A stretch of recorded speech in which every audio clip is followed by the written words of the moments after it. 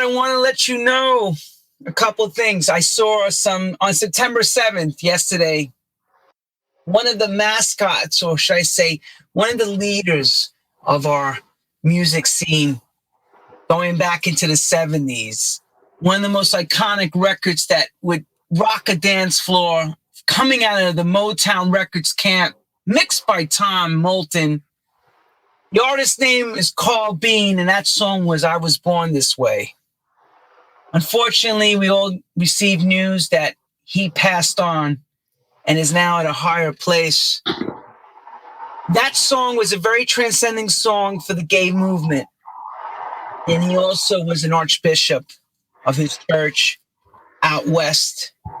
And we want to wish him and his family, of course, condolences and rest in eternal peace, our brother Carl Bean. But I'm going to tell you a little tidbit about that record before we start. Tom Moulton told me for many years that multi-track was sitting in Tom's house on the Upper West Side. People were looking for that multi-track. For whatever reason, Motown didn't have it, or I don't remember, because I know Norman Harris and the Philly Sound Machine was behind it. And this actual multi-track, which is that 2-inch tape, 24 track, was called, the group called Liberation, wasn't called Bean, and was just Liberation, Born This Way. So for years, Tom would come into his apartment and he'd have a rack and it would be sitting there. I think Mel Sharon was asking at the time, or somebody at Next Plateau, and back in the 80s, they did a remix package on it. And they found the tape. It was with Tom Moulton. He says, that's the tape. He forgot he mixed it, well, for whatever reason, or didn't realize, never put Carl Bean with the word liberation. So that little tidbit is a bit of history on a Wednesday, but we want to, again, condolences to the Carl Bean family for the loss of such a great person. Welcome to True House Stories. I am Lenny Fontana, coming out of NYC. Each and every week, we scour the music industry and the world to find the greatest talent, A&R people, producers, DJs, singers, musicians, to come forth and share their stories with us. And this week, I have a powerhouse of a man I personally can call a friend. We've worked together. We've hung together. We've DJed together. I've been on radio shows with him, on his shows. He has such wonderful history, and he is what I call an architect to our music scene, because he did so many great things, picked up so many great records, was involved. You know, everyone has a piece of their game. And somehow or another, in each puzzle, we don't really know all the players until you find out later who was behind the certain records. And he is an icon, for God's sake. I like to welcome to True House Stories, Mr. Nick Halkes. Well, greetings, Lenny. Thank you for that tremendous welcome. You know, checks in the post and all of that. David Morales told me the same thing. He says, I got to have you come and do the introduction. Yeah, man. We could get you on the mic at some events. My DJ sets might go better with a build up like that in front of them. And a quick little drink to go with it. That would be nice. Yeah, I'll take that. First, I want to ask before, of course, how you doing, brother? And how have you been coping through this horrific, dark period? COVID, era. Yeah, well, I mean, where does one start? I mean, a real change of lifestyle for me. I'd say pre-COVID, I was probably traveling at least once every 4 to 6 weeks for something, conventions or artists that I work with that are out on the road, or I'm out on the road myself. So I'm talking international flights pretty much once a month, and then down to 0, obviously. And, just decades of living in nightclubs and in festivals and kind of having all of those spontaneous moments that, are really important in our industry, where I happen to be at something and somebody go, Nick, have you met something? No, I haven't met. Oh, you guys should hang out because Nick does this, that, and the other, and then all of a sudden we're working on something together, and then I'm managing this person, and a whole new chapter emerges out of sort of chance meetings. But then all the chance meetings stop. So it was a real big shock to the system, and I kind of felt that I'd been forced to start living the life of somebody maybe 25 years older than I actually am. Now, I generally don't live the life, I don't think, of somebody who's my age anyway, but it forced me to just be like somebody in their mid-70s, really, you know, where the highlight of the day is just the walk to the local park or to the store or whatever. However, having said all of that, it was an opportunity to get some new shit done. So I didn't sort of watch loads of Netflix and read loads of books. I if anything, I got deeper into the music. And then the output of Nick Reach Up, which is my kind of, remix production kind of name, really went up significantly during lockdown. So I managed to get a whole bunch of stuff done. And Rich reached a bit of an unexpected high point during the whole lockdown phase. So there was no clubs. But at that point, I'd been asked to remix Kylie officially, a track of her album Disco. Nice. Yeah, Mel C as well before that, first track of her new album. I did that. And then I did a whole bunch of Easy Street stuff. I did the Lacey, Hot Streak, Cultural Vibe, My Fun Bay. I did... Oh, you were the man. Wait a minute. You were the man behind Easy Street stuff with Mike Cusick to relaunch you? Or did you put that together? Yes. I saw Michael Gray also was doing mixes too. I was wondering who was the mastermind behind that machine. Well, yes. So basically, it could almost segue us into to my life in New York in the in. Oh well, let's not go that far. Let's go. All right. But yeah. Basically, I was working with Mike Cusick on all of that stuff, and I worked with him back in the 80s. Would you believe? Yes, Mike you Cusick. Would believe. Yeah, good guy. So I'm glad that you're here. I'm glad you're safe, and I just want to say this though. You now understand what a pensioner feels like, right? Because that's key to when you said, "I feel like I'm in my, at my golden era." You know. Well, I mean, I'm hoping when I'm in my 70s that I'll generally be doing exactly what I'm doing now. So my model for myself in my 70s is whatever David Rodigan's doing now. Are you familiar with David Rodigan, the legendary reggae DJ presenter? And he's somebody, and he's still out there, still passionate, still loving it, still up on stage, still investing tons of energy in because he absolutely loves it. And hopefully I'll be that person myself. So that is my plan. That is my long-term plan, to try and keep doing what I do for as long as I can. The only golden thing, I remember I ran into this older gentleman a few years back, and he said, the only golden thing about being in the golden era is the urine that comes out of me.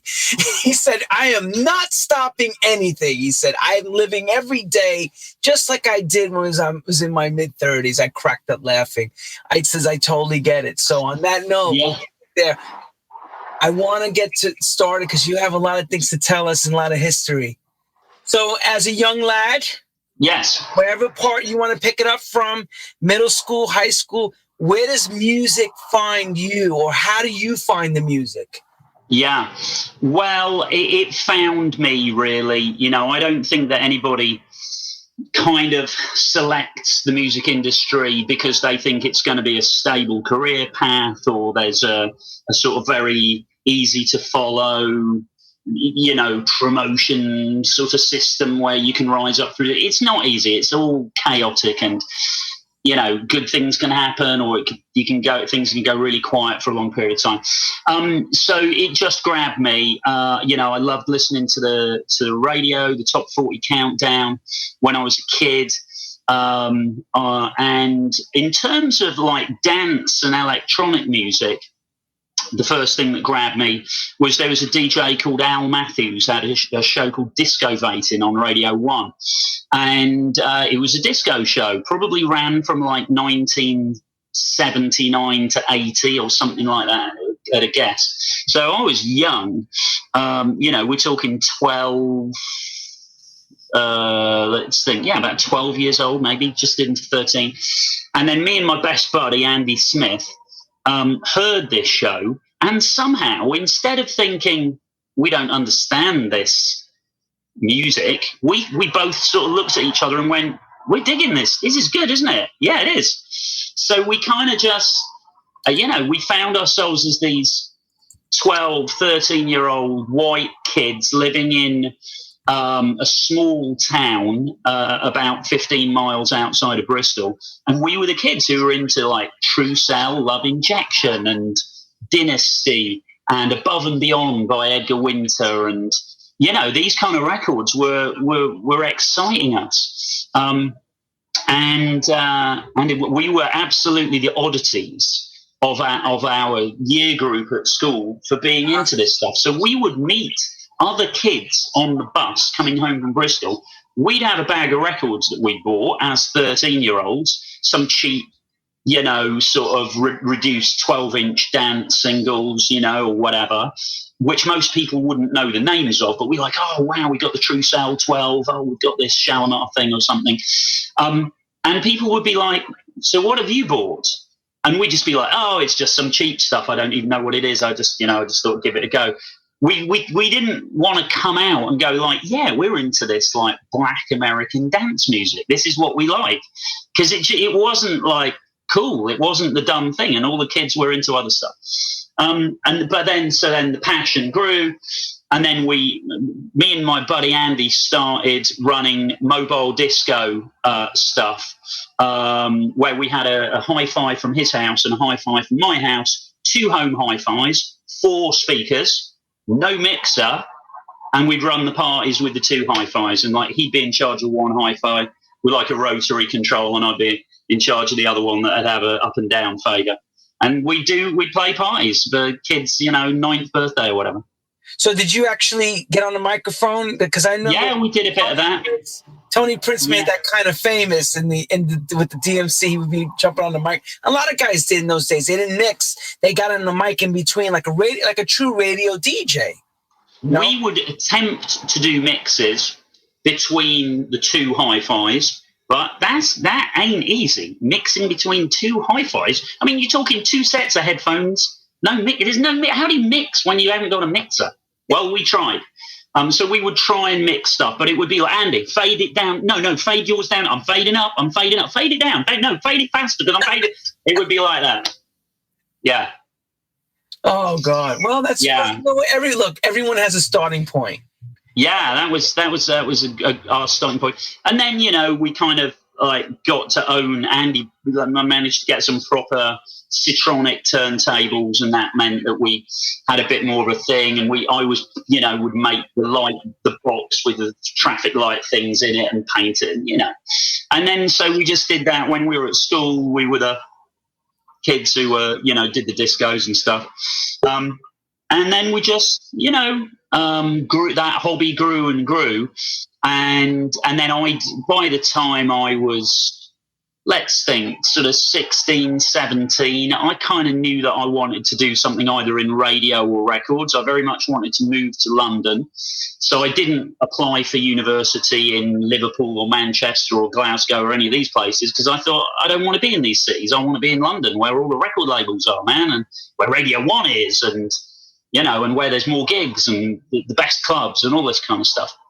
So I made sure that I applied to go to uni in London, and then I had several adventures in the kind of summer vacations that either punctuated uni or and just before and just after. So how did you being so young? How do you make the huge leap to live in London? Well, via applying for universities in London and then getting offered a degree course in London. So I told my parents, hey, guess what? I'm moving to London to do my degree in London. They're like, that's fair enough. But really, it wasn't about the best place to do a degree. I just wanted to be where the action was, Lenny. Smart move. Yeah, it was a good move for me. And I've found over the years that if I can put myself in environments where interesting things happen, there's a greater chance that interesting shit will happen to me. It's as simple as that. You can't make your own luck, because you can't summon that up out of thin air and just force luck or good fortune. You can't make it happen. So I actually disagree with that phrase. Oh, you make your own luck. I don't actually agree with that. But what you do is you can put yourself in environments where you're more likely to get lucky and more likely for fortuitous things to happen. All right, so now take us in. You get into London. What happens? Come on. Yeah, so I was DJing at university parties. I actually do a podcast called Trailblazers Electronic Pioneers, which is a sort of broad conversations, a little bit like this, but quite broad across electronic pioneering people.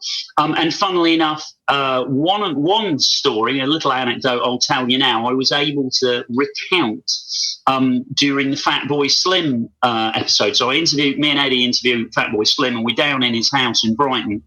And he's saying, yeah, so I was in this band, and I had my first gig with the House Martins, and blah. And I'm like, yeah, am I right in thinking, Norman, that your very first gig with the House Martins was at Goldsmiths College? And he said, yeah, no, it was actually, Nick. That was the first gig, and it was a very special night, because he goes, yeah, I met my first wife there that night, and I had my first proper gig with this band, which went on to have, #1 singles. And I said, yeah. And I go, do you remember who was DJing before the band that night? That the person who's DJing on that bill? He said, no, I don't at all. And I said, me. Of course, why would you remember? But there you go. So a little thing of how Fatboy Slim and I were both in the same place at the same time. Him playing a bass guitar, and then me warming up for the House Martins. So so things like that would start to happen when I. That's like your Forrest Gump moment. You're actually in it. You're in it. I've got more of those, mate. I've got a lot of these moments. See, that's what we want to know. The Forrest Gump of how the hell are you there and nobody knows anything about it. So you're going to tell us now. Well, that's look, if you're in an interesting environment, then just like I said, interesting shit happens. So, I mean, my first year of uni, I'd only been in uni few weeks, and I was out on a Monday night, and we'd been to some club, and then we were walking back through the streets of Soho about 2:30 in the morning, and I see these two guys hanging out outside a club, trying to sort of go, hey, you want to come in, trying to get people into the club. But they were being videoed, so it was clear it was being filmed. And what that turned out to be was they were filming the promo clip for I'm Your Man by Wham. So that was George Michael and Andrew Ridgeley standing there on the street, pretending like, come on in to our, into this gig. And so, like, I walked past, I'm like, is that George Michael? That's Wham. And these are like the biggest pop acts of the day. What are they doing just standing on the street? So I was a kid, and, I was at uni, and I just got the poster thing that said, like, live Wham tonight or whatever out of the thing as they started to wrap up. I'm like, George, would you mind signing the... Yeah, sure, signs the thing, what have you. And I go back, and I'm just thinking, well, I guess this is the sort of thing that happens on a Monday night out in London. You end up just randomly stumbling across the biggest pop stars in the UK, in the street. And you just say, hey, can I have your autograph? And they go, yeah, sure. And so you talk about, there's been so many of these moments, but, I just find that I get out there and I kind of, do my thing. And so I started helping out, running club nights and then traveling, so I had 3 consecutive summers. Let's have a think. Summer of 1986, where I DJ'd in Mallorca, and I was the resident DJ at a club called Tokyo Joe's in Magaluf, or Shagaloof, as it was generally called. Everyone Shagaloof. Yeah, as you can, fill in the blanks yourself about what Mallorca was like. in that era, and Tokyo Joe's and Magaluf in particular. Tight clothes, very intimate, and yes, very intimate. Go ahead. All sorts of things would go on out there. What stays in Mallorca? Yeah, well, that as well. So, like I DJ'd at that club, and I DJ'd 86 nights consecutively from like 10 in the evening till 6 a.m. or something ridiculous. So did that. I learned a lot from that, and then I went to Ibiza at the end of it just to hang out. So that was the first time I went to Ibiza, summer of 1986. Summer of 1987 was a very big one for me. So that was when I lived in New York for the summer, and I had a work permit, which meant that you could do any kind of job as a young person. You could apply for them, and so I got a job as a cinema usher in Queens. So I was living in Queens, and I was working as a cinema usher in 71st and Continental, white gloves. Oh, Forest Hills! Wow, yes, you were I was. No way. Yeah, man. White gloves, dicky bow, bow tie, whatever. I used to, before I cut you off, I don't want to cut you off but I worked a few times at a club right around the corner called the Stratton on Queens Boulevard, which is right. It was a dinner club. I worked there. Yeah. Well, that's interesting. Right around that time. That's why I remember it so clear. Go ahead. Wow, that would have been fun to meet you then. Wow. So who knows, mate, where your paths may have crossed. But yeah, so I did that. And then I had this really big break. So I thought, like, I'm working in cinema, but I'd love to do something in radio or records. And I thought, how can I, make something happen? So I just cooked this thing up. I thought, maybe if I call up WBLS and say I'm writing an article on New York radio, and can I interview the BK Kirkland, who ran the station? I wonder maybe they might say okay. I don't know. I didn't really know what I was doing. But anyway, I called up and I said this. Spoke to his assistant, and then she said, yeah, I'll have a word and maybe we'll call you back. Put the phone down. I thought that's probably the end of it. 10 minutes later, yeah, Mr. Kirkland would be delighted to be interviewed by a journalist from London. Can you come in at 10 a.m. tomorrow? I'm like, yeah, okay. And put the phone down. Oh my God, I'm interviewing somebody. I didn't have any questions. I wasn't a journalist. I just made this thing up, just give it a try.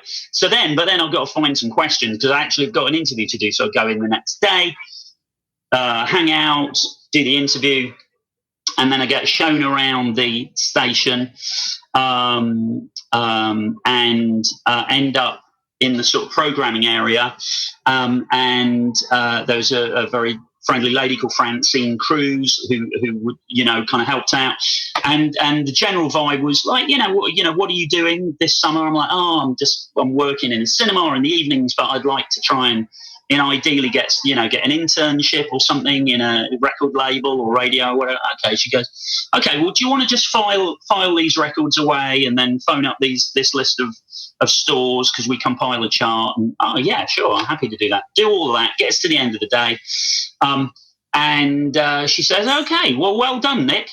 The same day that you went for the interview on BK Kirkland, you already started filing records away?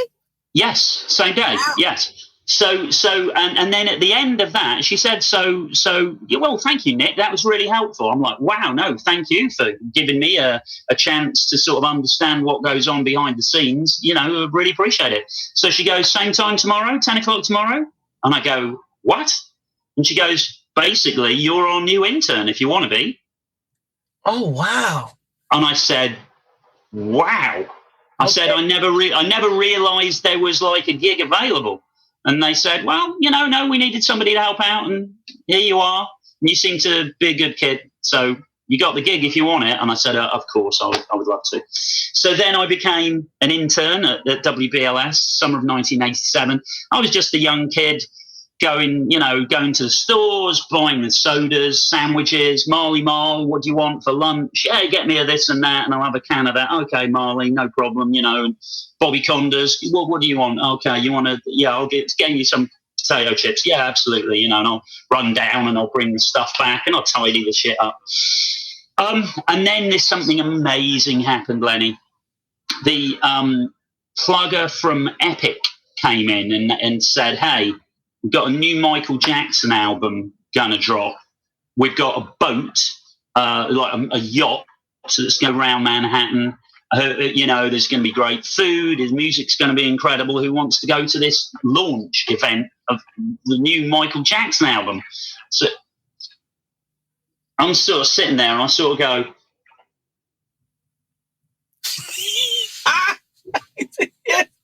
like that. Yeah, exactly. I'm like, I don't know whether I'm allowed to put my hand up. I'm just like inching it up like that. He goes, yeah, you're a good kid. You can come. Gives me a ticket, you know. And so some weeks later, I find myself in amongst the glitterati of the New York music world at this playback event, you know, new Michael Jackson album. And I'm thinking, what am I doing here on this mega yacht that goes around Manhattan? They got champagne, they got caviar. Nobody had ever given me champagne for free, Lenny. Maybe like a family funeral or a family wedding or something. That was it before, you know. And I was like, oh, free champagne. Okay. Was that the Bad album? Yes. Had to be around that time. I remember it clearly. Yeah. Go ahead. Exactly. Well, good memory. So I found myself on this boat thinking, this is insane. This shouldn't be happening. But it is happening. So if something as crazy as this can actually happen and is happening, then maybe some other equally crazy shit, maybe that can also happen down the line. Why not? Because I shouldn't be here. I know I shouldn't be here, but then I could count it back. But I am an intern at BLS, and I got the internship by, you know, blagging the interview thing, and I could trace back my steps as to how I got to be on that boat. But there was a moment where I thought, maybe, I don't know, maybe I could sign a hit in the future. Maybe I'll even find a band that might have some hits. I don't know, maybe I could set up a record label or something, and who knows, you know, maybe I could have a hit myself. But I don't know any of this. And of course, all of this stuff came to transpire. Well, when you're in the middle of the boat, I know you're seeing caviar dreams, champagne wishes. That changes you from that moment, even if it's not your style of music, say. But just knowing that, like you said, the bureaucracy of the industry is on this boat, and you're somehow listening to conversations, this opens your whole demeanor to a whole different world. You know, just you being in BLS in the back office amongst one of the, you know, best dance stations of its time, R&B dance, was enough to get a good start. And being English, I was going to ask that question. How does it work? A young English lad goes from working at the cinema, does BK Kirkland, and then gets the job and works at a independent Black-owned station. Yeah. Like the bureaucracy. It was, you know, it was just fine. You know, I didn't really think about the racial dynamic of it particularly. You know, I didn't really think, you know, I didn't really analyze it. I just think that I was hired on merit and timing. And I was thankful to be, I knew that once I'd been given the slot, it was my job to work hard and be efficient and keep delivering. I knew that if I just chilled and like was feet up on the desk, not doing any work, I'm sure they'd have gone, you're a nice enough kid, but yeah, you know, sling it. So it was just an interesting dynamic, and I just got on with it. But I found people friendly. I mean, I went down to Marley's house, like he had a studio set up at home, hung out there, and I went out to gigs, and you know, I got to meet people from the record labels. That actually brings us to my Paradise Garage visit. So I had a couple of Paradise Garage visits. One anecdote, which is quite funny on that, there's a Scottish guy who used to live in New York, and he said, hey, Nick, it's a bit like that, right? Nick, we're going down Paradise Garage on Saturday night. You can come with us if you want. There's a few things you got to know. I'm like, okay. What do you got to know? Tell him. I want to hear this. Yes. Firstly, Nick, It's very black. Okay. And I'm thinking, well, I'm working at BLS. Everything's going fine. Yeah, I'm a white guy there. I'm sure we can handle that. Secondly, Nick, it's very druggy. And I'm thinking, well, I don't do drugs. If everybody else is doing drugs, then that'll be interesting. I mean, hopefully they won't force me to do drugs. Very black, very druggy. Okay, well, I say, well, what's the third thing? And he goes, and it's very gay. And I'm a straight, young, 19-year-old white boy who doesn't do any drugs and loves his music, but so I'm thinking, right, I'm wondering how this is going to go. But what I think is, I'll go for it. And if I walk in there and after 10 minutes, it is so like overpowering for all of these different reasons that I just don't feel safe or whatever, then I'll just leave. And at least I got to see Paradise Garage for 10 minutes. As it happens, I got in there and I was still in there at like 7:20 in the morning. It's fine. So you might have even been there the same night. I was there 2 weeks before it closed. 2 Puerto Ricans, black man and Dominican. Who else? Was it Arnold Jarvis? Maybe and Nicholas Torres, right? You could have been Liz Torres. It was what I remember, and you'd remember this if you were there that night. It was a night where Larry was pretty out of it. So, like, probably by about 5 a.m. or so, it was like the record was just like foot in the groove, and people were standing around waiting for somebody to give Larry a shake. And then, but that guy David DePino was really, really great that night, playing like Nitro Deluxe and stuff. But Larry was not the greatest. Please search for part 2 of this podcast on the platform you're watching or listening to. And please do not forget to follow us.